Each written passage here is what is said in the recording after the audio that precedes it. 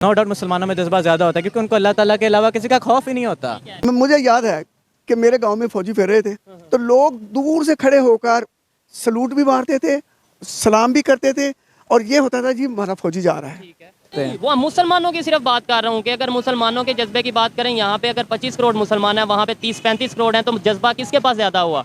जज्बा दोनों के पास ही ज़्यादा है क्योंकि दोनों बिल्कुल मुसलमानों में जज्बा नेचुरली तौर पे ज़्यादा होता है क्योंकि उनको अल्लाह ताला के अलावा किसी का खौफ ही नहीं होता। ये प्लस किसी एक जमात ने मुल्क की प्लानिंग के लिए कोई चीज़, कोई आइडिया, कोई लॉन्ग टर्म आइडिया, कोई लॉन्ग टर्म एक्शन प्लान दिया हो तो तक आप एजुकेशन नहीं ना कर सकते ठीक, तब तक आप किसी कौम तरक्की पे राह पे इंसार नहीं कर सकते। कोई भी हरे कृष्णा, जय हिंद, नमस्कार दोस्तों, मेरा नाम है सत्य के साथ आप लोग देख रहे हैं ओरिजिनल गांव रिएक्शन चैनल।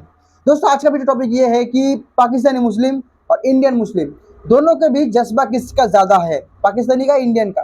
तो इसी बात के ऊपर रियल एंटरटेनमेंट टीवी मतलब शोएब भाई ने अपना वीडियो लॉन्च किया है जहाँ पर उन्होंने पूछा है कि पाकिस्तानी अवाम को किसके जज्बा ज्यादा है। तो आप लोग पता है कि जज्बे का नाम सुन के पाकिस्तानी तो बौखला जाते हैं, तो चलिए इनको बौखलाहट देखते कि वो क्या बोलते हैं क्या नहीं बोलते।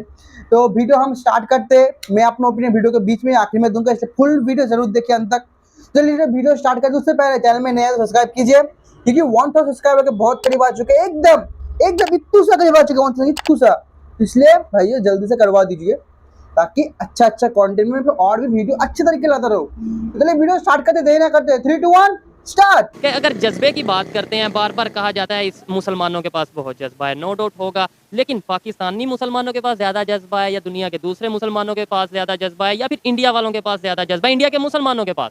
ये एक सवाल है बड़ा, आप इसके मुझे ये टेंशन से निकाल लें अगर आपको पता है तो। ये बड़ा टीडियस क्वेश्चन है।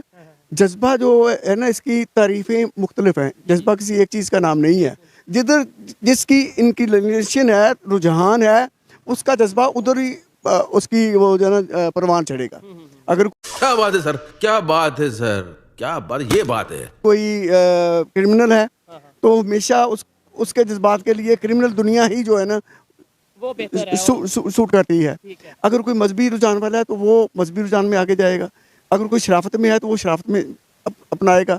अब आपका सवाल जो है ना वो विद रेफरेंस टू हिस्ट्री है कि कौमें आगे इसका आगे कैसे बढ़ती हैं, कौमें हिस्ट्री आगे कैसे बढ़ती हैं। मैं पाकिस्तान की तारीख के लिहाज से मैं जो कहना चाहता हूँ, जो मेरी सोच है, जो मैंने देखा है, जो मेरी लाइफ का एक्सपीरियंस है, वो ये है कि पाकिस्तान की तरक्की के लिहाज से we have lost this phase from our life. हमें तरक्की के जो लफ्ज़ है ना वो किताबों में है, वैसे सोच से और लाइफ से हमारी सोच से, हमारी लाइफ से। हमें तो ये है कि गालियाँ किसको निकालनी है, गंदा किसको करना है। हमारी तो कौमी सोच ये है। मतलब ये आजकल हमें मीडिया पे नजर भी आ रहा है, डेवलपमेंट के ऊपर कोई बात नहीं कर रहा है, एजुकेशन के ऊपर हम एक दूसरे को चोर चोर कह रहे हैं। फौजी, मुझे याद है कि मेरे गांव में फौजी फिर रहे थे तो लोग दूर से खड़े होकर सलूट भी मारते थे, सलाम भी करते थे और ये होता था जी हमारा फौजी जा रहा है। ठीक है, आज हम कहाँ हैं, मैं इस पर करना कमेंट नहीं करूँगा। इतनी हमारी बदकिस्मती की बात है। उसके बाद इस मुल्क में एक फौजी रजीम शुरू हो गया, रजीम पर रजीम आया। वो पाकिस्तान में प्लानिंग के मरहले, ये प्लानिंग अंदर से होती है बाहर? मैं वही तो मैं बात करने लगा। 5 साल मंसूबे ये अयूब खान उस दौर में हमने सुने। उसके बाद जितनी अयूब खान के बाद शायद कोई एक आध कहीं हो उसकी कंटिन्यूटी में। उसके बाद प्लानिंग मनसूबाबंदी इस कौम से निकल गई। वो जो मैंने आज तक मेरी हसरत है, आप पिछले 1 साल से, 2 साल से, 3 साल से, 4 साल से पूरा मीडिया निकाल ले, किसी एक जमात ने मुल्क की प्लानिंग के लिए कोई चीज़, कोई आइडिया, कोई लॉन्ग टर्म आइडिया, कोई लॉन्ग टर्म एक्शन प्लान दिया हो तो वो मेरे लिए वो इन्फॉर्मेशन होगी। हम तो यहाँ अब सियासत का शिकार हैं।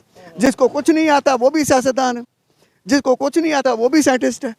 मतलब jack of all trade, master of none. हमारी कौम का जो इस टाइम कंडीशन है वो यही है। बांग्लादेश हमारे साथ ही हुआ है ना, वो कहाँ है? हमारी करेंसी कल कहाँ थी? इंडिया की कहाँ थी? अफगानिस्तान की कहाँ थी? बांग्लादेश की कहाँ थी? और आज हमारी कहाँ है? ज़ाहिर है कि उन लोगों में एक कौमी तशख़्ख़ुस मौजूद है। हम दूसरों की तारीफ़ क्यों करते हैं? हमसे वो बेहतर है तो हम तारीफ़ करते हैं ना उनकी। ये चीज, लेकिन उसमें भी कुछ ये कह दिया जाता है कि भाई ये उस एजेंडे पे काम कर रहा है, जबकि सीखने की जरूरत है, अभी भी वक्त है, हम सीखें। हमें तो जो है ना अपने देखना चाहिए कि हमारे आबाओ-अजदाद क्या थे और हम क्या हैं। हम क्या कहाँ से कहाँ पर आ गए। जब तक हम रियलिटी को नहीं देखेंगे, हमारा अल्लाह हाफ़िज़। अंकल ने बहुत अच्छी बात की है। ऐसे अंकल जो बात की है वो बहुत ही अच्छी थी कि ऐसे समझदार अंकल अगर हो, मुझे लगता है कि इन्होंने शायद ज़रूर पाकिस्तान के लिए कुछ अच्छा किया ही होगा, क्योंकि इनका जो उम्र है, जो इनकी मेंटलिटी है वो अच्छी है, जो पाकिस्तान का अच्छा सोच सकते हैं। लेकिन क्योंकि जज्बा सुनकर जो पाकिस्तानी जो छटपते हैं ना, इन्होंने छटप नहीं।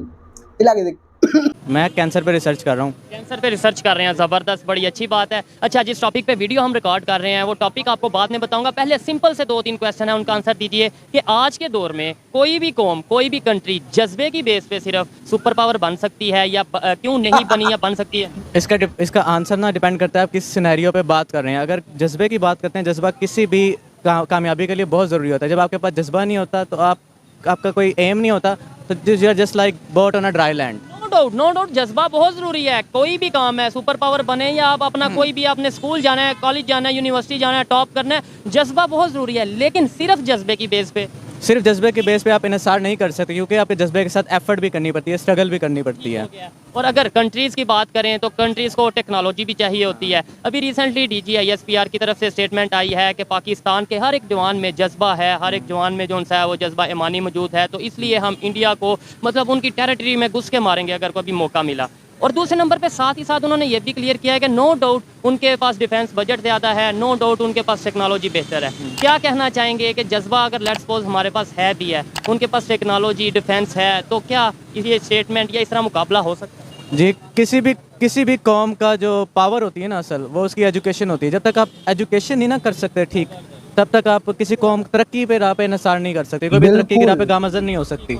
एजुकेशन बहुत ज़रूरी है। किसी भी कौम का आपने तबाह करना हो ना, उसकी एजुकेशन तबाह कर दें। अच्छा, एजुकेशन, नो डाउट इनकी बात से मैं एग्री करता हूँ 100%। एजुकेशन सबसे मस्ट है, डिफेंस से मस्ट है, अपना आपकी टेक्नोलॉजी से सबसे ज़्यादा ज़रूरी मेरे ख्याल में एजुकेशन है। अच्छा, अगर बात करें जो हमें बताया जाता है कि हम मुसलमान हैं इसलिए हमारे पास जज्बा बहुत ज़्यादा है और शायद हमारे पास ही सबसे ज़्यादा जज्बा है, तो हम सुपर पावर क्यों नहीं बन पाते? सेकेंडली, अमेरिका जो सुपर पावर बना बैठा है, क्या उसके पास जज्बा है, जज्बे की बेस पे वो सुपर पावर बना बैठा है, या टेक्नोलॉजी की बेस पे, इकॉनमी की? अमेरिका के पास 2 चीज़ें हैं जज्बे के अलावा।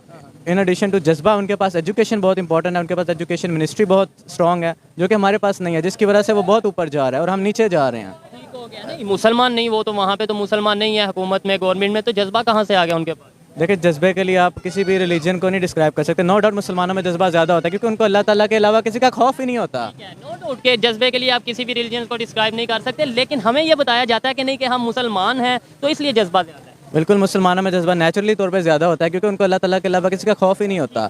ये प्लस इंडिया पाकिस्तान की बात करें तो यहाँ पे अगर 20-25 करोड़ 26 करोड़ मुसलमान पाकिस्तान में है, इंडिया में कितने मुसलमान है, आइडिया है? इंडिया में तकरीबन 30-35 करोड़ मुसलमान ज़्यादा है जी।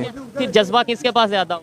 जज्बा तो मैं कह रहा हूँ आप कौम को पॉपुलेशन के बेसिस पे नहीं डिपेंड कर सकते हैं। वो मुसलमानों की सिर्फ बात कर रहा हूँ कि अगर मुसलमानों के जज्बे की बात करें, यहाँ पे अगर 25 करोड़ मुसलमान है, वहाँ पे 30-35 करोड़ हैं, तो जज्बा किसके पास ज़्यादा हुआ?